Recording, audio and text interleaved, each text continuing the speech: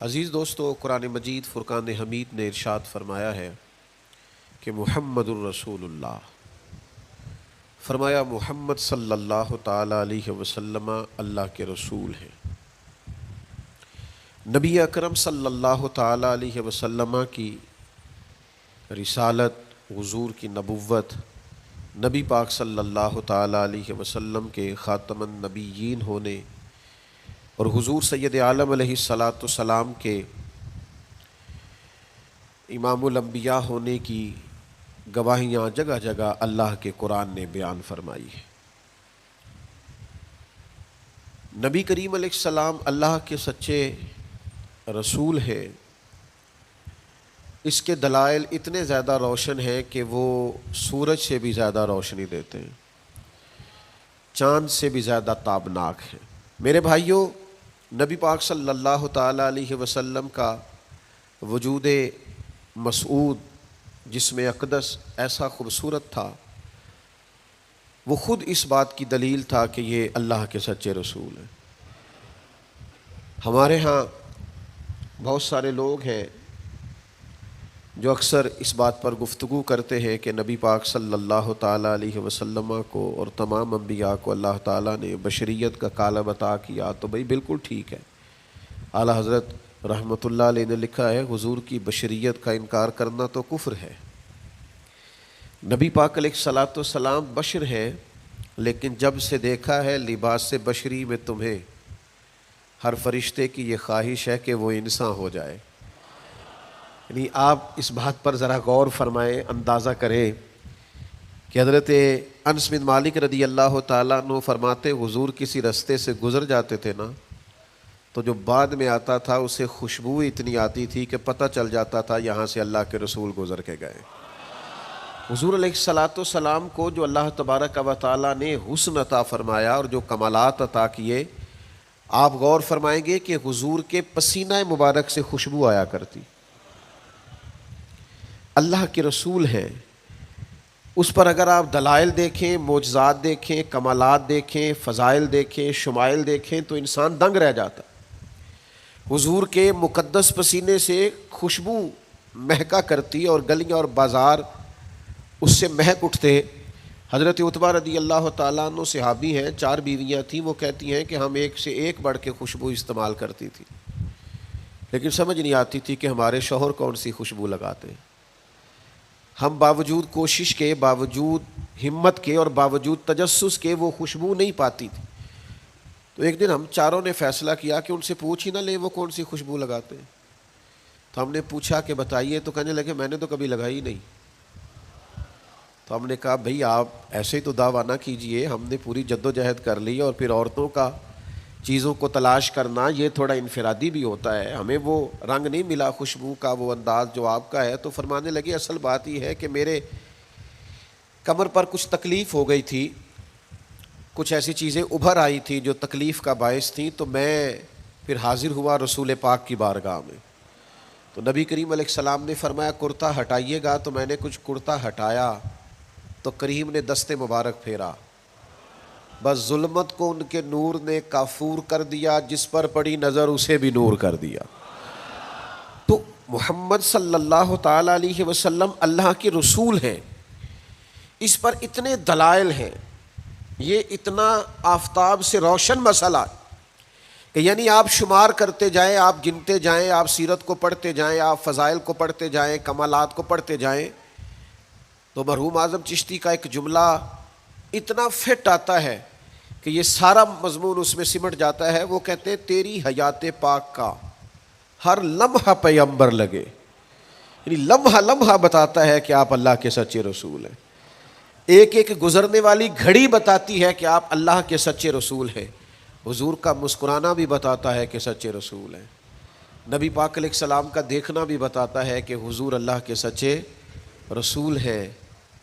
حضور تو کسی پر جلال بھی کر دینا تو بھی پتہ چلتا ہے اللہ کے سچے رسول ہیں۔ یعنی حضور علیہ الصلاۃ والسلام کھانا تناول فرمائیں یا آرام فرمائیں، آپ ذرا یہ انوکھا پن ملاحظہ فرمائیے گا، یہ انداز ذرا دیکھیے گا کہ ایک صحابی نے آ کے عرض کی یا رسول اللہ صلی اللہ تعالی علیہ وسلم، میری بیٹی کی شادی ہے، تو خوشبو کی بڑی ضرورت ہے. تو مہربانی فرمائیں، کرم نوازی کریں. عرب شریف کے اندر خوشبو بڑی مہنگی ہوتی تھی، آج بھی وہاں خوشبو بڑی مہنگی ہے اور خوشبو کا استعمال بھی بہت زیادہ ہے. تو اس صحابی نے آ کے عرض کی، یا رسول اللہ صلی اللہ تعالیٰ علیہ وسلم، خوشبو مل جائے، میری بیٹی کی شادی ہے. تو حضور علیہ السلام نے فرمایا ایک لکڑی لے آؤ اور ایک بوتل، ایک شیشی لے آؤ. وہ لے کے آئے تو محبوب نے نا لکڑی کے ساتھ اپنا پسینہ، تیری حیات پاک کا ہر لمحہ پیمبر لگے، حضور نے وہ پسینہ مبارک اتار کے اس شیشی میں ڈال دیا. فرمایا جا جا کے استعمال کر، اللہ تبارک و تعالیٰ بہترین خوشبو عطا کرے گا. حضور علیہ الصلوۃ والسلام کا سارا وجود نور، یعنی ہمارے ہاں کسی آدمی کے منہ سے تھوک نکلے یا لعاب نکلے تو لوگ اس سے گھن محسوس کرتے ہیں، جگہ جگہ لکھا ہوتا ہے تھوکنا منع ہے. لیکن نبی کریم اگر لعاب دہن لگا دینا مولا علی کی آنکھوں پر تو شیر خدا فرماتے ہیں مجھے پہلے سے بھی زیادہ بہترین نظر آنا شروع ہو جاتا ہے. اللہ کے محبوب صلی اللہ تعالیٰ علیہ وآلہ وسلم کے پورے وجود نور کو جیسے جیسے دیکھتے جائیں محسوس ہوتا ہے کہ تیری حیات پاک کا ہر لمحہ پیمبر لگے. حضرت عبداللہ ابن سلام رضی اللہ تعالیٰ عنہ فرماتے میں گفتگو کرنے آیا تھا، حضور علیہ الصلوۃ والسلام کے دین کے بارے میں کچھ معلومات کرنے آیا تھا، اور میں تورات کو پڑھنے والا تھا، اہل یہود کے علماء میں سے آپ کا شمار ہوتا تھا. اپنے کچھ لوگوں کے ساتھ آئے. فرماتے ہیں نبی کریم صلی اللہ تعالیٰ علیہ وسلم اونٹنی پر تشریف فرما تھے اور صلہ رحمی کے متعلق کچھ گفتگو کر رہے تھے. میں نے حضور کی گفتگو سنی. محبوب کا لباس مبارک مہنگا نہیں ہوتا تھا پر نہایت ہی اجلا ہوتا تھا، نہایت سادہ ہوتا تھا، نہایت باکمال ہوتا تھا. فرماتے میں نے اونٹ پر بیٹھے ہوئے محبوب کے لباس کا، بات کرنے کا، نفاست کا، ہاتھ اٹھانے کا وہ انداز دیکھا، اور جھکی جھکی نظریں اور معصوم لہجہ اور گفتگو میں سلاست اور روانی اور ٹھہرے ٹھہرے جملے اور لفظوں کا وہ ایک خوبصورت ریتھم. فرماتے ہیں وہ سارے انداز میں نے دیکھے تو میں جو بات کرنے آیا تھا مجھے بھول ہی گئی. لباں تے موہراں لگیاں، بولن دی جاچ ہی بھول گئی، ایتھے زباناں تائیں کھولن دی جاچ بھول گئی. فرماتے ہیں میں کوئی بات ہی نہ کر سکا. جیسے ہی محبوب کے قریب گیا میں نے فوراً عرض کیا مجھے کلمہ پڑھا دے، میں مسلمان ہونا چاہتا ہوں. یہ آج جو لوگوں کی طبیعتیں الجھ سی گئی ہیں نا، آج یہ جو بے شمار باتیں، بے شمار گفتگو، سوشل میڈیا کا بے دریغ اور بے ہنگم استعمال اور ذہن کو ہر وقت تھکائے رکھنا اور طبیعت کو ہر وقت اوور تھنکنگ کرتے کرتے اپنے آپ کو پریشان کر دینا، یہ جو ساری بے چینی ہے، یہ جو سارا اضطراب ہے، یہ جو ساری ہماری طبیعتیں الجھ سی گئی ہیں. ہر آدمی کو دوسرا دشمن نظر آتا ہے اور ہر ایک کو دوسرا اپنا مخالف دکھائی دیتا ہے، اور معاشرے کے اندر بسنے والا ہر آدمی لالچی دکھائی دیتا ہے. محسوس ہوتا ہے سارے شہرت کے لیے لگے ہوئے ہیں، سارے اقتدار کی جنگ لڑ رہے. یہ جو ہماری ساری بدگمانیاں ہیں اس کی بنیادی وجہ یہ ہے کہ ہم ادھر ادھر تو کھول کے دیکھتے ہیں، اپنے محبوب کی بارگاہ کی طرف نہیں دیکھتے. ہم جب حضور علیہ السلام کی پرکیف شخصیت کو دیکھیں گے، فضائل دیکھیں گے، کمالات دیکھیں گے، معجزات دیکھیں گے، نعت پاک کی طرف توجہ کریں گے، اخلاق عالیہ کو دیکھیں گے، حسن کردار کو دیکھیں گے.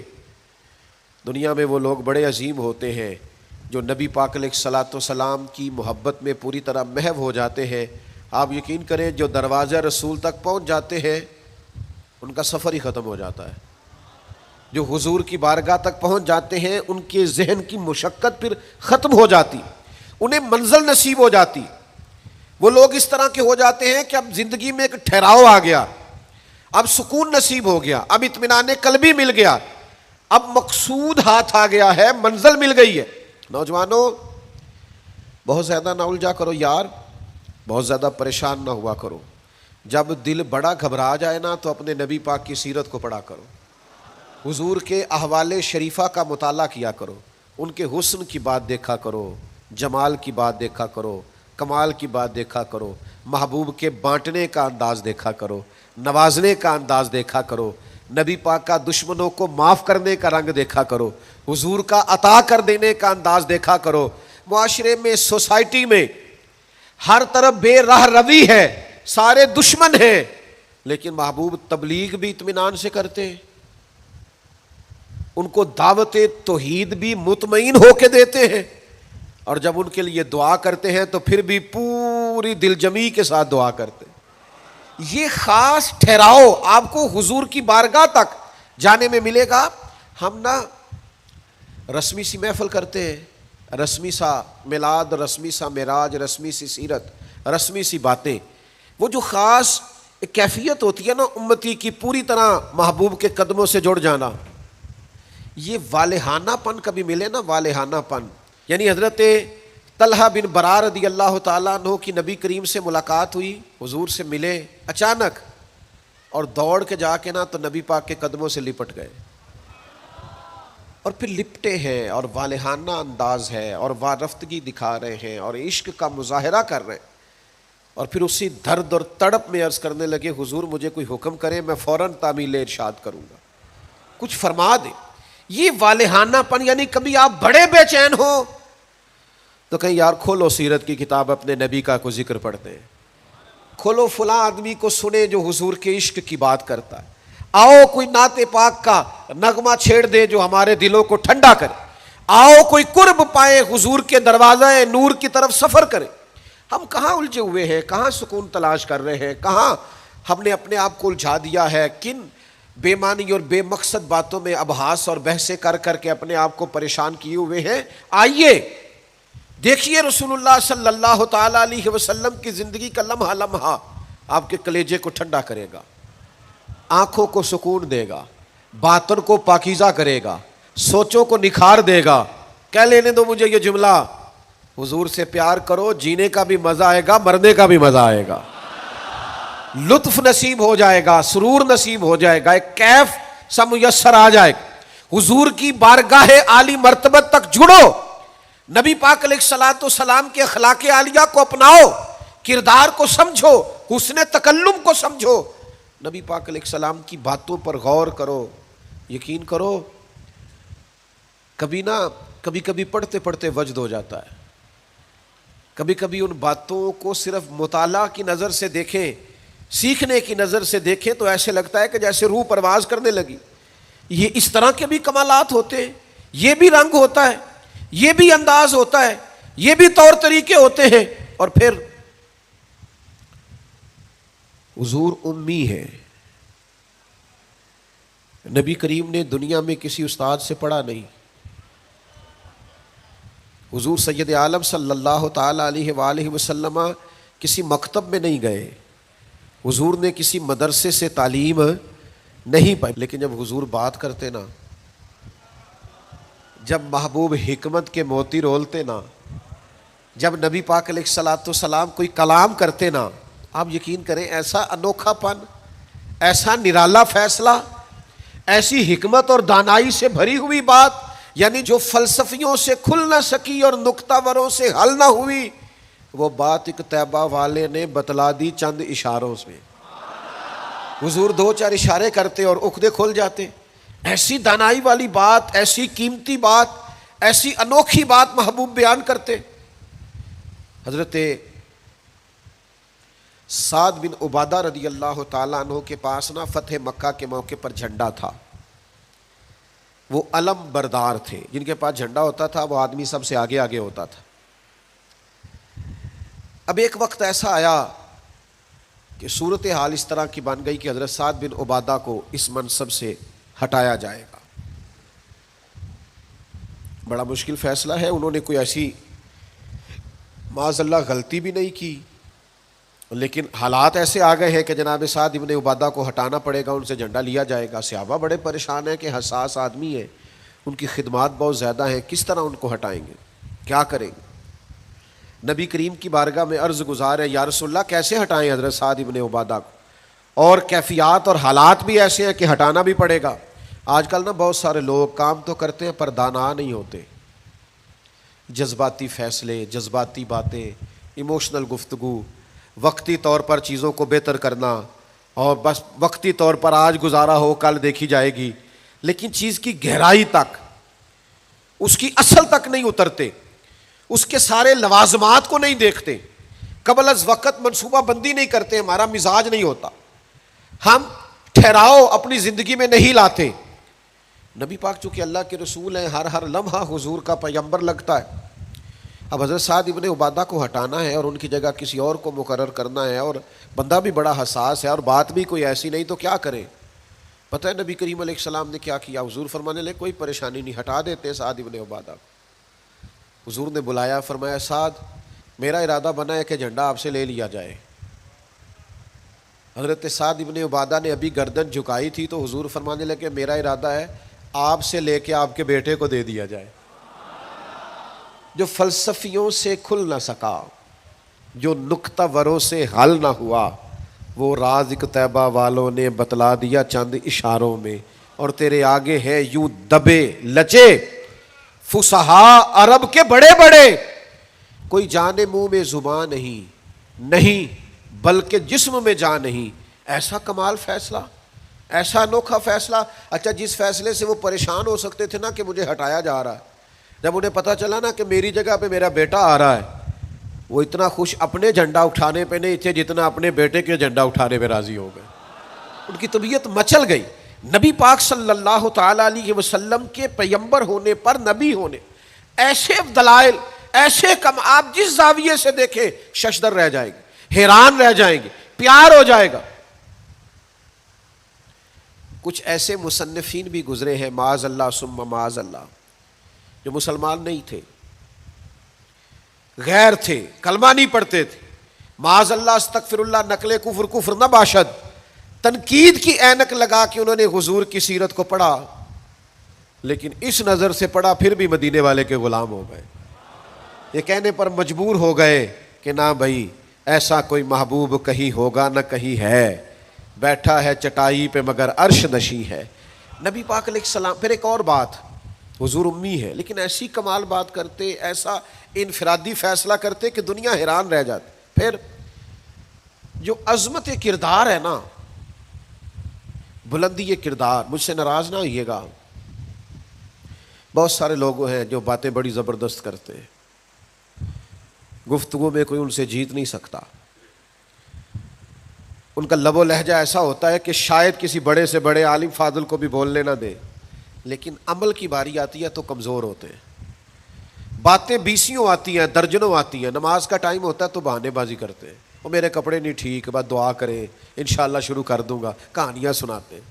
کیوں اتنے بھولے بنتے ہیں؟ ہمیں سمجھ آتی ہے کہ آپ گفتار کے غازی ہیں، آپ باتوں میں صرف ساری چیزیں سیدھی رکھتے ہیں، آپ اس جگہ پہنچ ہی نہیں پا رہے. عمل، کردار، یہ بھی ایک مبلغ ہوتا ہے. آپ کا کردار بھی تبلیغ کرتا ہے، آپ کا لب و لہجہ بھی.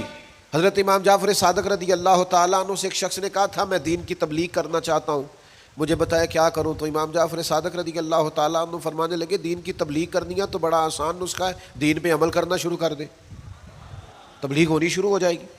لیکن ہم نا عمل کی دنیا میں بڑے کمزور ہوتے ہیں. قربان جائیں، حضور علیہ الصلوۃ والسلام نے جس معاشرے میں آنکھ کھولی تھی وہ جہلاء کا معاشرہ تھا، ظلم تھا، ستم تھا، بربریت تھی. ان لوگوں کی سوچیں، ان کی باتیں، ان کا ظالمانہ مزاج بڑا انوکھا تھا. لیکن کمال کی بات ہے نا، چاروں جانب لوگوں کا مزاج ظالمانہ تھا، لیکن محبوب کو اللہ نے رحمت بنا کے بھیجا. ہر طرف لوگ ناانصافی کی بات کرتے تھے، لیکن محبوب نے انصاف کے بول کو ہمیشہ بالا رکھا، اس ترازو کو ہمیشہ بلند رکھا. ہر طرف لوگ حق کھا جاتے تھے، لیکن محبوب نے فرمایا حق کھایا نہیں جائے گا، حق دلایا جائے گا. کردار دکھایا، کردار. وہ جو تیری جان کے دشمن ہیں وہ بھی کہتے ہیں، وہ جو تیری جان کے دشمن ہیں وہ بھی کہتے ہیں امین تو ہے، صداقت کی آبرو تو ہے. دشمن بھی کہتے ہیں سچے تو بہرحال ہیں، امانت دار تو بہرحال ہیں، غلط بات تو بہرحال نہیں کرتے. یعنی دشمن بھی اگر اٹھ کے گواہی دے کہ اگر کسی نے کمال دیکھنا ہے تو آمنہ کے لال کو جا کے دیکھو، اگر کسی نے انصاف دیکھنا ہے، اگر کسی نے دھرتی پہ حسن دیکھنا ہے تو عبداللہ کے در یتیم کو دیکھو. وہ بھائی آپ سمجھے نا عظمت کردار کے وہ موتی جو حضور نے عطا کی. دیکھیے باہر والوں نے جب دلیلیں مانگی تو حضور نے معجزات دکھائے، اور جب اپنوں نے دلیلیں مانگی مکے والوں نے، قریش والوں نے، اپنے قبیلے والوں نے دلیل مانگی، آپ نبی ہیں تو دلیل کیا ہے؟ تو اللہ کا قرآن کہتا ہے کہ محبوب نے کہا فقد لبثت فیکم عمرا من قبلہ افلا تعقلون، اور میں نے تمہارے بیچ عمر گزاری ہے ساری، تمہیں عقل نہیں؟ میں کوئی باہر سے نہیں آیا، میں نے 40 سال تمہارے اندر گزارے ہیں، میرے جیسا کوئی سچا ہے تو دکھاؤ، کوئی دیانتدار ہے تو دکھاؤ، کوئی پاکیزہ مزاج ہے تو دکھاؤ، کوئی اس طرح کا ستھرا ہے تو دکھاؤ، کوئی اس طرح کا مزکی ہے تو دکھاؤ، تمہارے بیچ میں نے وقت گزارا ہے۔ باقیوں کو نبی پاک نے معجزات بطور دلیل دیے، اور جب اپنوں نے دلیل مانگی تو حضور نے فرمایا میری سیرت دیکھ لو، میرا کردار دیکھ لو، میرے شب و روز دیکھو، فقط لبثت فیکم عمرا من قبل، میں نے اس سے پہلے عمر کا حصہ تمہارے بیچ گزارا ہے، افلا تعقلون، تمہیں عقل نہیں؟ دوستو تھوڑا سا نا کردار پر بھی توجہ کرنی پڑے گی، اپنے آپ کو تھوڑا سا تبدیل کرنا پڑے گا۔ میں آپ کی خدمت میں عرض کروں، دولت سے لوگوں کو جیتا نہیں جا سکتا، دولت تو لوگوں کو لالچی بنا دیتی ہے۔ آپ کسی کو پیسے دیں، 10,000 دیں، اگلی دفعہ وہ 25 مانگے گا، تو آپ 50 دیں، اگلی دفعہ لاکھ مانگے گا، اس کی بھوک تو بڑھتی ہے۔ آپ عہدے کے زور پر بھی لوگوں کے محبوب نہیں بن سکتے، اس لیے کہ پھر وہ شخصیتوں سے پیار نہیں کرتے، کرسیوں سے پیار کرتے۔ آپ کرسی پہ ہیں تو آپ اچھے لگتے ہیں، جب دوسرا آئے گا تو اس کو سلوٹ کر لیں گے۔ نبی پاک علیہ الصلوۃ والسلام نے فرمایا اگر تم کسی شخص کو قائل کر سکتے ہو اور اس سے محبت بڑھا سکتے ہو تو ایک ہی صورت ہے، اور وہ تمہارا حسن اخلاق ہے۔ اللہ کے محبوب صلی اللہ تعالی علیہ وسلم نے خلق کے ساتھ، کردار کے ساتھ، نبی پاک علیہ السلام نے محبت کے ساتھ، زید بن دسنہ بہت بڑے یہودیوں کے عالم تھے، ایک دن حضرت بلال حبشی رضی اللہ تعالیٰ عنہ سے کہنے لگے سنا ہے نبی پاک علیہ السلام کی بارگاہ میں جب بہت سارے مہمان آتے ہیں تو آپ کو کچھ قرض بھی لینا پڑتا ہے۔ جناب بلال کہنے لگے لینا پڑتا ہے، کہنے لگے مجھ سے لے لیں، میرے پاس اضافی پیسے پڑے ہیں، آپ نے دے ہی دینے۔ حضرت بلال نے لے لیے، ایک ٹائم مقرر ہو گیا، فلاں دن پیسے واپس کرنے، ابھی وعدے میں 3 دن رہتے تھے۔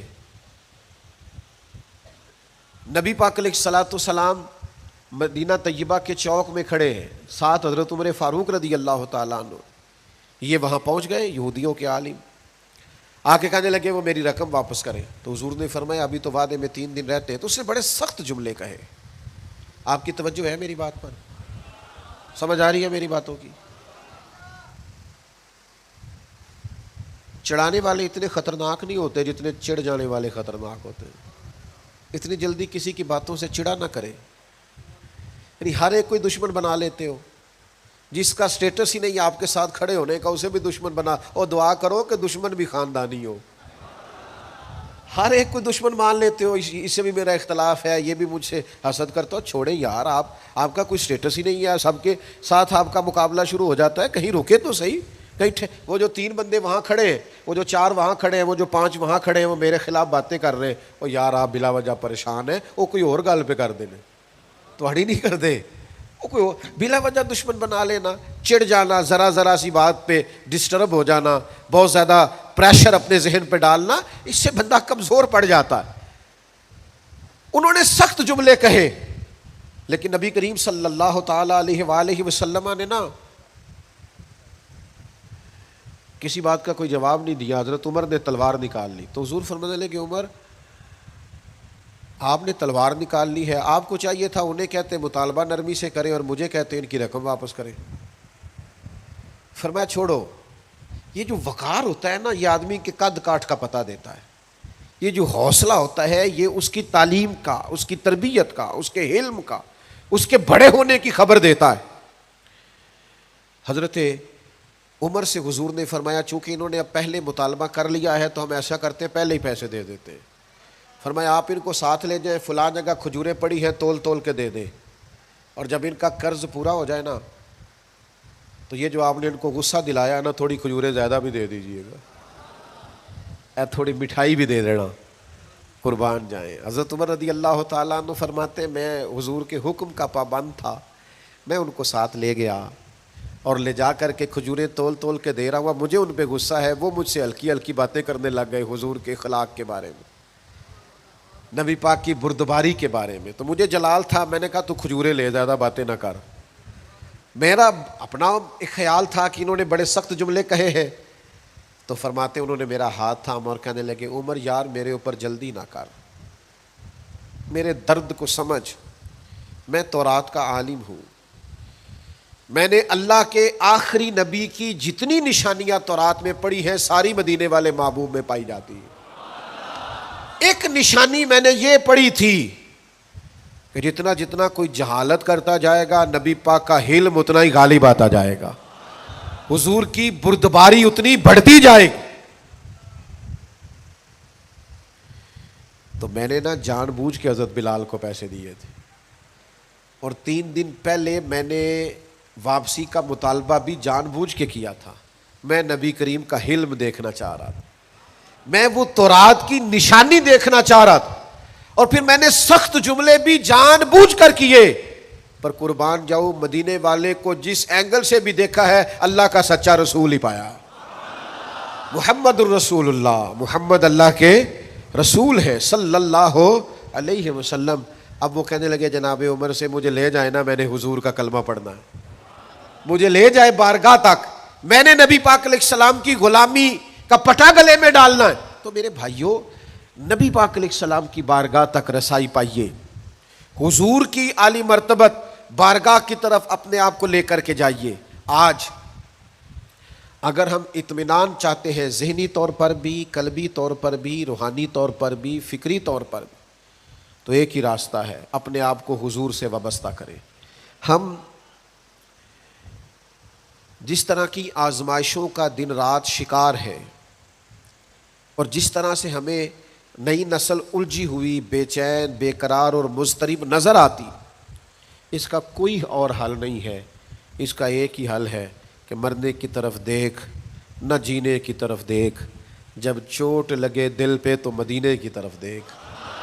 اپنا تعلق حضور سے جوڑیے، اپنا رشتہ نبی کریم سے جوڑیے۔ میں آپ کی خدمت میں عرض کروں گا وقت نکال کے درود پاک پڑھا کریں، وقت نکال کے حضور کی سیرت کا مطالعہ کیا کریں، ٹائم نکال کر کے نبی پاک صلی اللہ علیہ وسلم کی نعت شریف کو پڑھا کریں، وقت نکال کر کے حضور کی بارگاہ کی طرف بڑھا کریں۔ جب تک ہم یہ سارے کام نہیں کریں گے اطمینان نہیں پائیں گے، اور پھر جیسے جیسے حضور کو پڑھو گے، نبی پاک کو سنو گے، دین کی صداقت سمجھ میں آئے گی، آپ کو سمجھ لگے گی کہ آپ اس دین کے ماننے والے ہیں جو سب دینوں پر غالب بھی ہے، سب سے سچا بھی ہے، سب سے کھرا بھی ہے، اور سب سے زیادہ نکھرا ہوا بھی ہے۔